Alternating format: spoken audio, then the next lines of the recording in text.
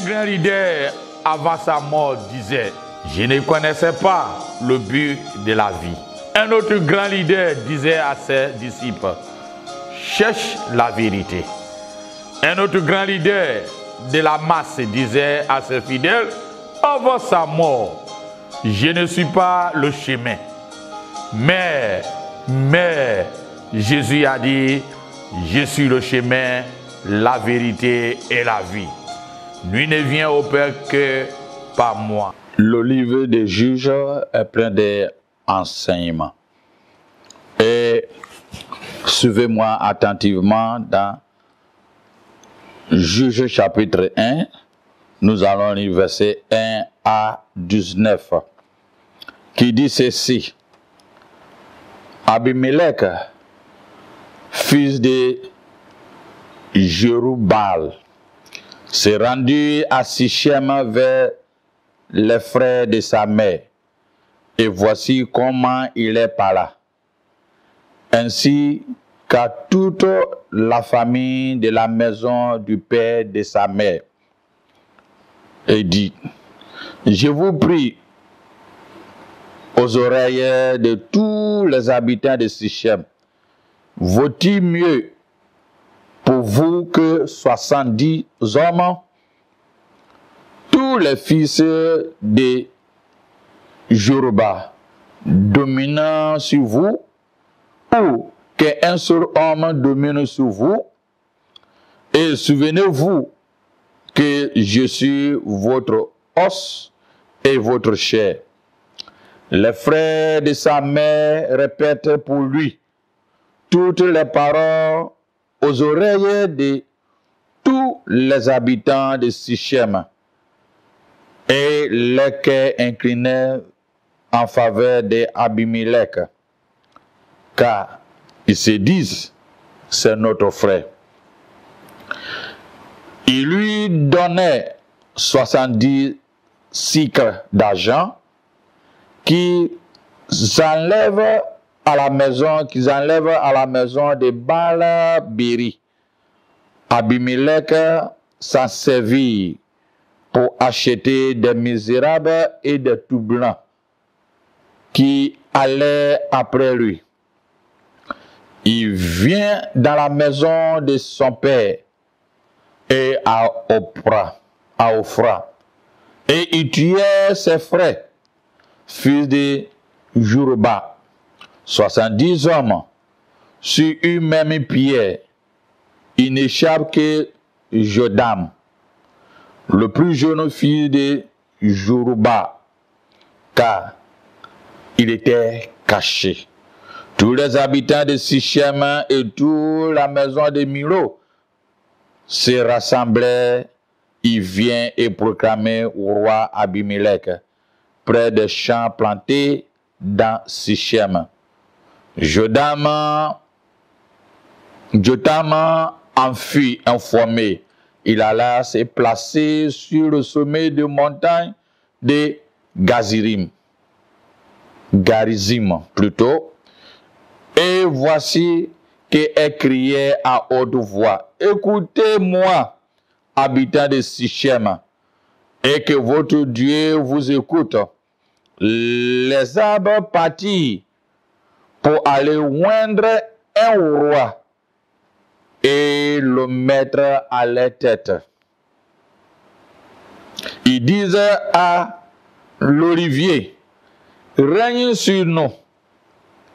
Mais Olivier leur répondit, renoncerai-je à mon huile qui m'assure les hommages de Dieu et des hommes pour aller planer sur les arbres? Et les arbres dirent au figuier, viens toi, règne sur nous.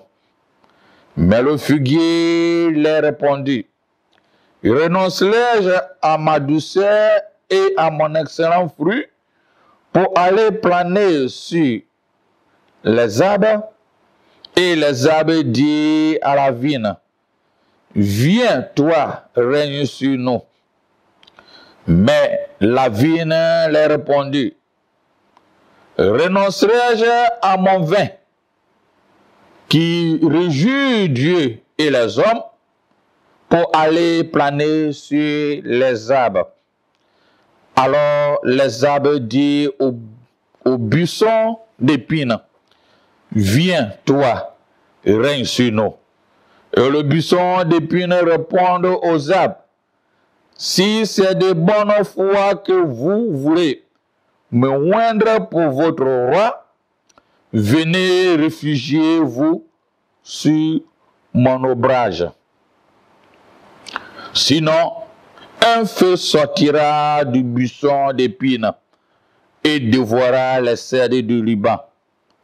Maintenant, est-ce de bonne foi et avec intégrité que vous avez agi en proclamant Abimelech? Avez-vous eu de la bienveillance pour Jéroboam et à sa maison? L'avez-vous traité selon le service qu'il a rendu? Car mon père a combattu pour vous. Il a exposé sa vie et il vous a délivré de la main des Madians. Et vous, vous êtes élevés contre la maison de mon père. Et vous avez tué ses fils, 70 hommes, sur une même pierre. Et vous avez proclamé au roi les habitants de Sichem, Abimelech, fils de sa servante, parce qu'il est des vôtres. Le dernier verset. Si c'est de bonne foi et avec intégrité que à ce jour vous avez agi envers Jéroboam et à sa maison, eh bien que Abimelech fasse votre joie et que vous fassiez aussi la sienne. Ce livre est plein d'enseignements et j'ai intitulé ça La guerre civile chrétienne. La guerre civile chrétienne. Lorsque nous lisons Juge, le passage précédent, Juge chapitre 8, verset 33, et il nous fait comprendre que après la mort de Gédéon, qui est appelé aussi Jéroboam, Israël ne se souvient plus au point de l'Éternel, l'ingratitude. Il ne se souvient plus de ce que Gédéon a fait. L'ingratitude. L'ingratitude.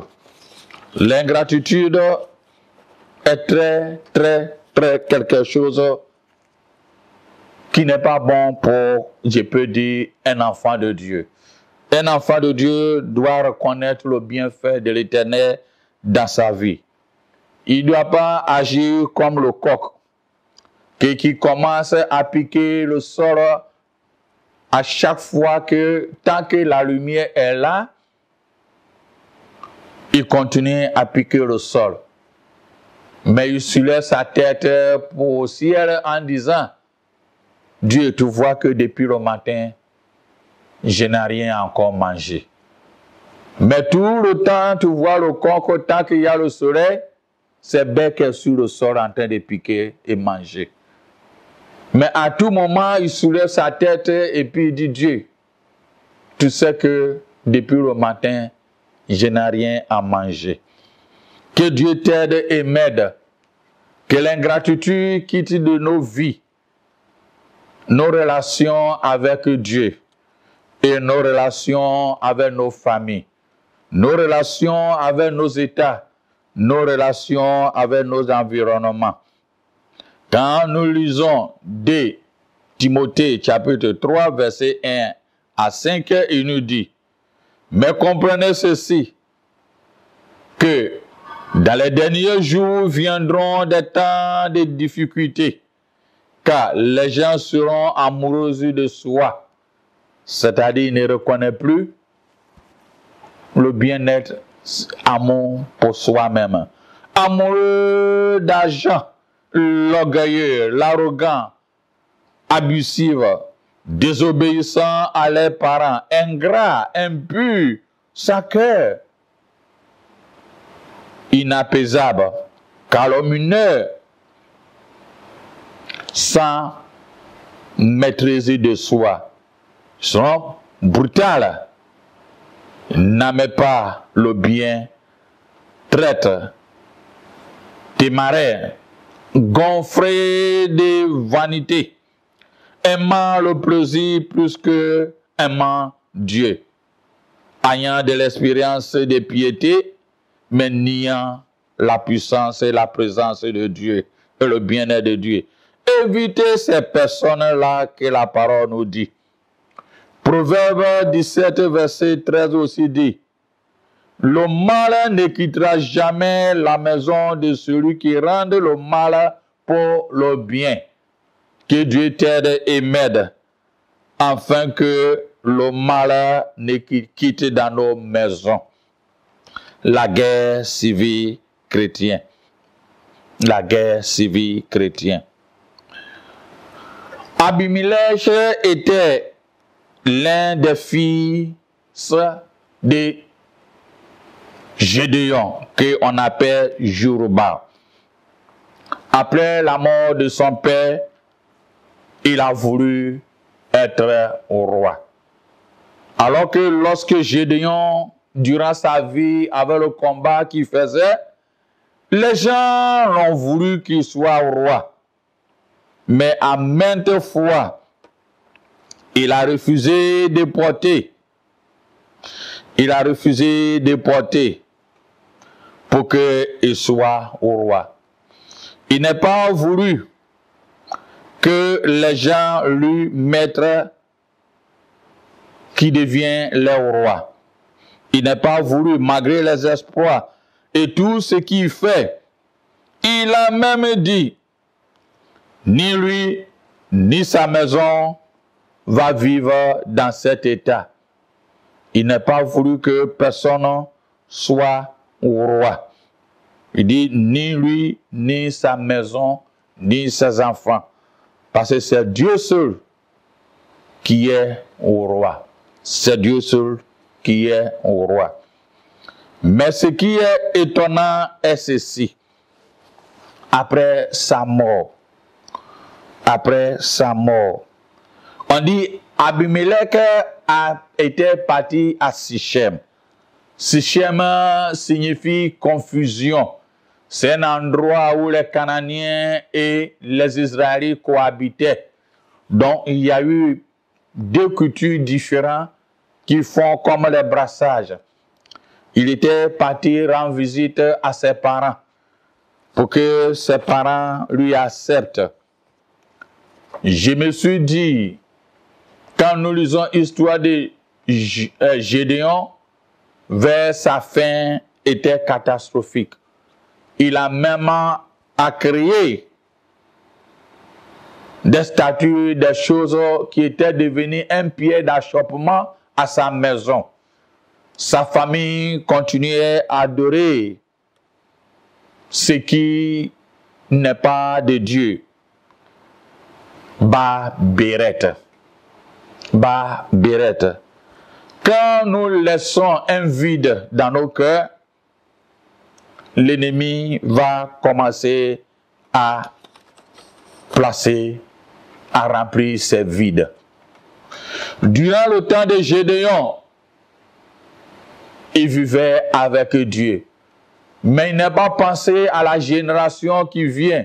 Donc ses enfants n'ont pas connu ce que est cette vie glorieuse, et qui doivent connaître qu'ils étaient en esclaves avec la Madian. Donc c'est Dieu qui les a délivrés. Ils n'ont pas connu cette histoire. Donc après sa mort, les enfants ne savaient pas, même ça nous montre Abimelech, ils ne savaient pas que Gédéon avait déjà dit que ni il sera roi sur son peuple, ni ses enfants. Ce problème se pose beaucoup Abimelech était parti voir sa mère à Sichem, la servante de Gédéon, la concubine. Il y a des facteurs qui sont très importants que nous devons prendre conscience.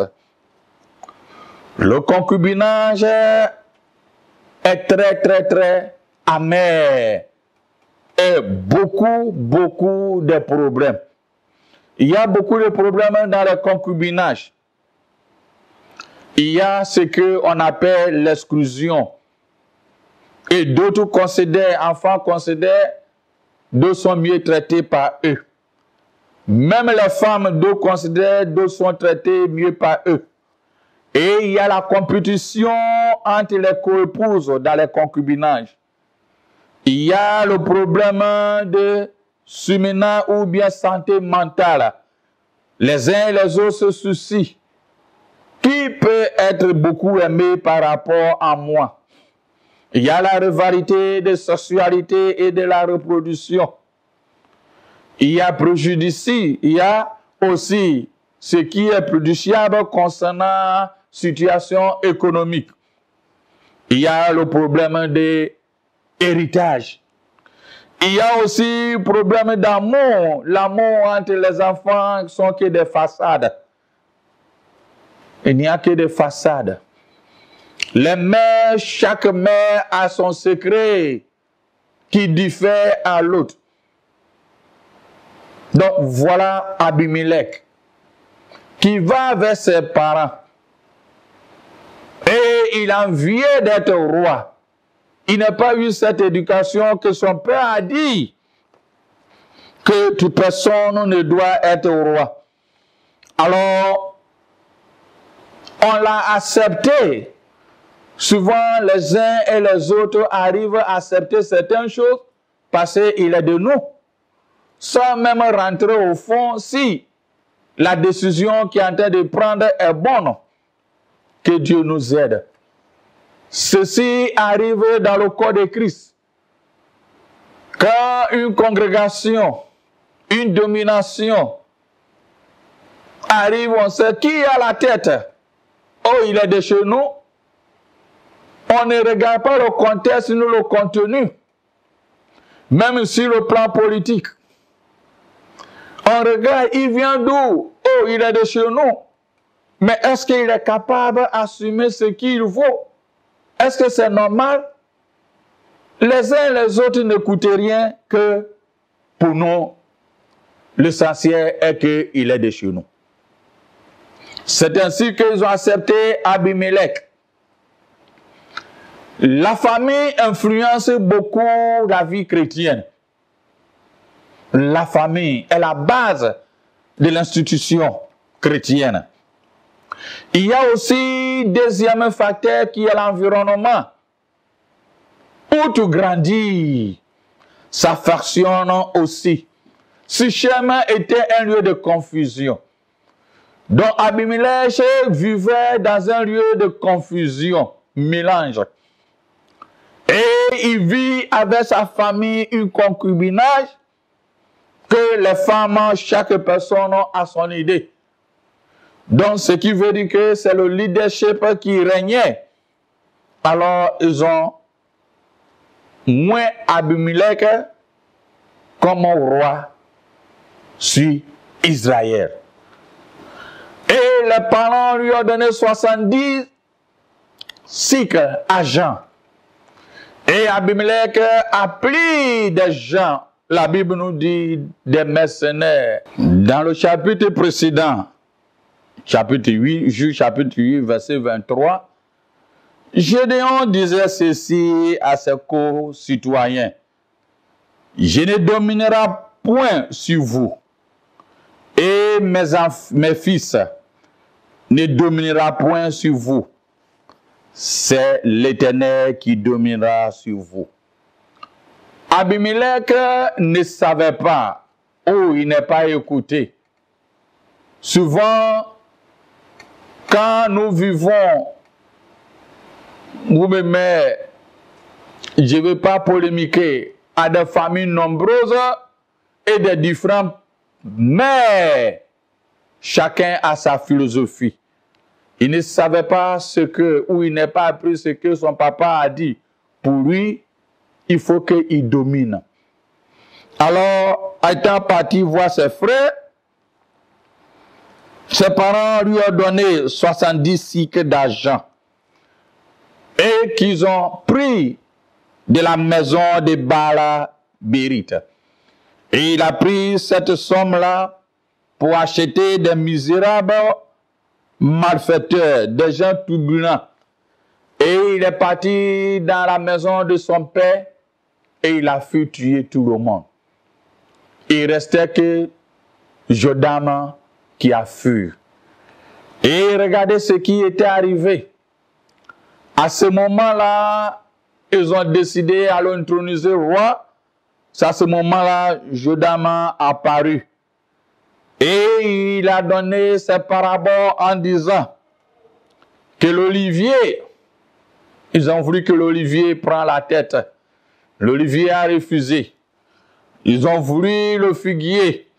Le figuier aussi a refusé. Ils ont voulu la vigne. La vigne a refusé. Mais c'est le buisson d'épines qui a accepté.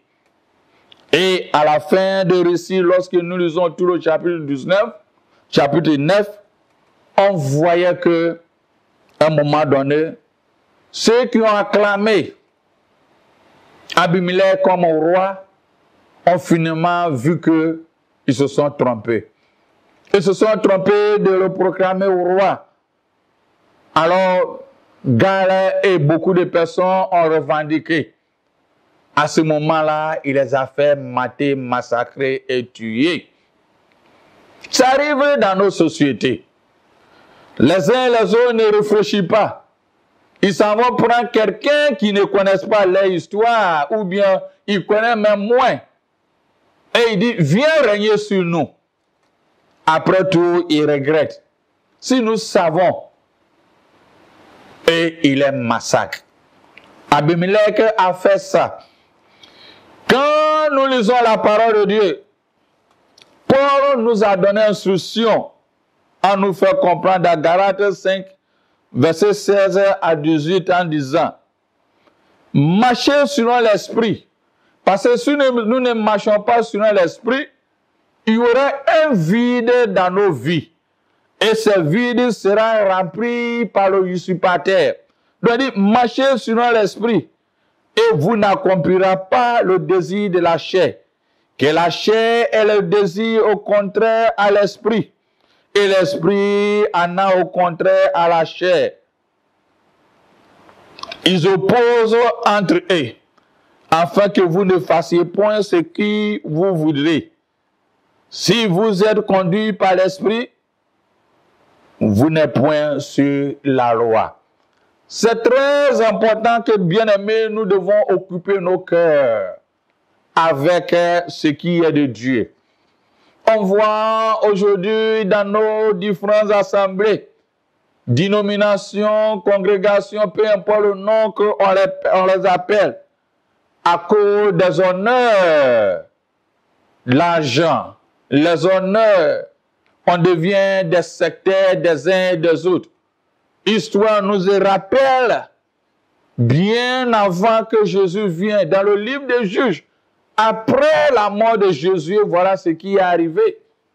Jésus aussi a dit dans l'Apocalypse, où les Juifs d'une certaine communauté rejetaient à leurs propres frères à cause des gains que les Romains les ont donnés.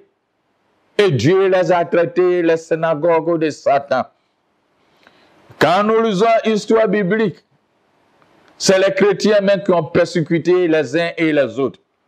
Ce n'est pas des gens du monde. Et ça continue jusqu'à nos jours. Les différences entre les uns et les autres. Toi, on n'a pas les mêmes idéologies. On n'a pas les mêmes doctrines. On n'a pas ceci, cela. Jésus, avant d'aller au ciel, a pris son temps pour prier pour l'Église. Il dit, Père, qu'il soit un, uni. Ce qui veut dire qu'il savait qu'il y aura des unions. Quand un parent sort à la maison pour aller quelque part et les enfants sont à la maison, il dit, restez tranquille, hein, sois calme. Hein. Ce qu'il sait est qu'il sait que les enfants là, ils vont faire parade. Donc il a dit, restez calme. Hein. Donc Jésus nous a dit, il a dit au Père, j'ai pris pour eux pour qu'ils soient unis. Hein. C'est pour dire les divisions. Si aujourd'hui nous voyons l'église catholique romaine, l'église orthodoxe de la Syrie, de Côtes en Égypte, en Alexandrie, par-ci, par-là, qui a permis que l'islam a pris l'ascendance sur certaines localités, c'est à cause de leadership, l'argent, profit individuel. Et regardez même dans la Bible, et ça continue jusqu'au jour d'aujourd'hui. Celui-là qui a la tête, est-ce qu'il est de chez nous? Il est comment? Si nous remplissons ce qui est de l'esprit, on va voir la voix de l'Éternel. Mais quand nous laissons les vides, à ce moment-là, usurpateurs, la famille des Yoruba, Gédéon n'a pas appliqué leur cœur à chercher Dieu. Donc il y a eu un vide. Et ce vide a permis à Abimelech à rentrer et massacrer. Ça arrive dans nos pays respectifs où les gens s'en vont chercher certaines personnes, même dans les députations présidentielles, par-ci, par-là. Même s'il y a quelqu'un qui vient veut travailler pour eux, on dit non. On peut faire ce qui est de chez nous. On ferme nos oreilles, on ne veut rien.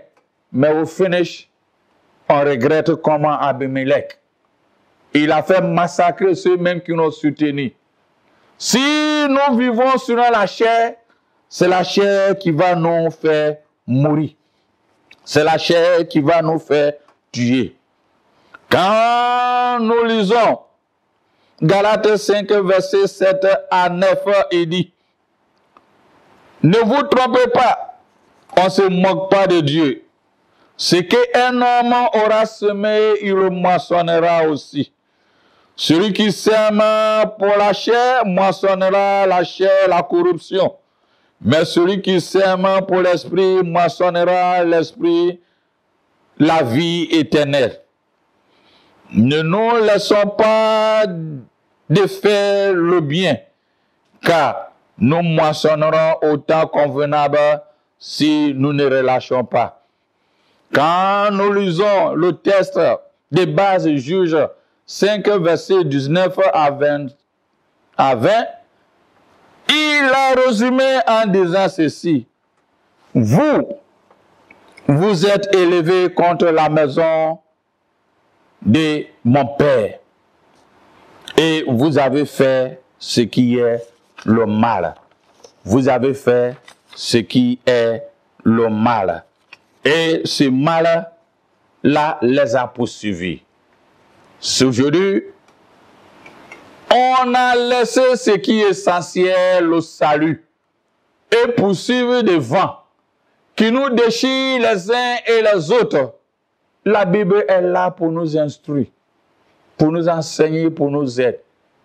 Abimelech a pris la place et il a fait tuer ses frères. Même ceux-mêmes qui l'ont supporté, il les a massacrés à la fin. Que Dieu t'aide et m'aide. Que nous plaçons nos confiances à l'Éternel. Et à ne pas suivre les gains passagers temporaires. Et que nous impliquons nos cœurs à chercher Dieu. Sinon, c'est les guerres civiles internes. Le coup d'État, c'est à nos milieux. Les guerres civiles, c'est à nos milieux. Déchirer les uns et les autres. Calomnier les uns et les autres. Parce que tant qu'il n'est pas de nos bords, on ne l'accepte pas. Mais au finish, il va nous tuer. Au finish, il va nous tuer. Voilà comment Sichem, avec sa population, ont suivi Abimelech. Mais Abimelech, à la fin, les a massacrés. C'est très important à ne pas regarder ce qui est physique. Il est de nous, ou bien il est ceci, cela. Mais suis et marche selon l'esprit, afin que nous n'accomplissions pas ce qui est de la chair. Que Dieu vous bénisse. Un grand leader, avant sa mort, disait: je ne connaissais pas le but de la vie. Un autre grand leader disait à ses disciples: cherche la vérité. Un autre grand leader de la masse disait à ses fidèles avant sa mort: je ne suis pas le chemin. Mais Jésus a dit: je suis le chemin, la vérité et la vie. Nul ne vient au Père que par moi.